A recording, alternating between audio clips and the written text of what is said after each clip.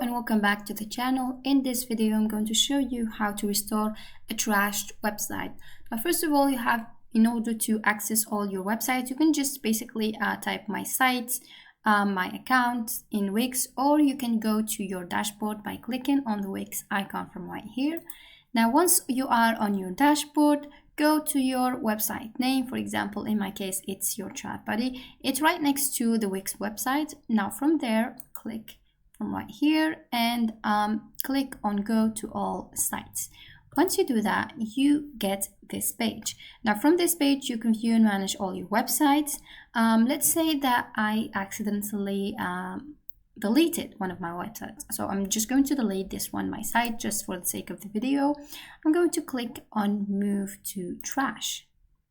Now here, just click on move to trash.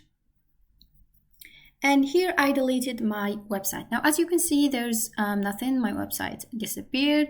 I don't have the folder that says trash yet. So in order to get that, you just have to refresh your page. So I'm just going to refresh it from right here.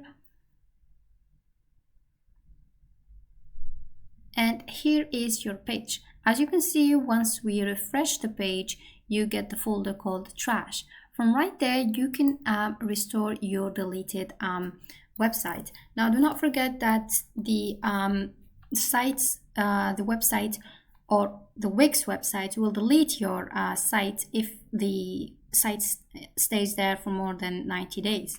So it will be permanently deleted. But in case it's not 90 days, and so it's like 3 months, you can always access or restore your website. So easily hover over your site and then click on restore site, and then click on restore again, and then go back to your site. So here I'm just gonna go and click on my sites,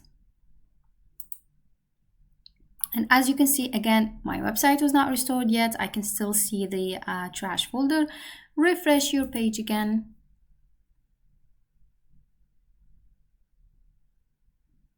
And here is my site that I just deleted and I restored with you guys.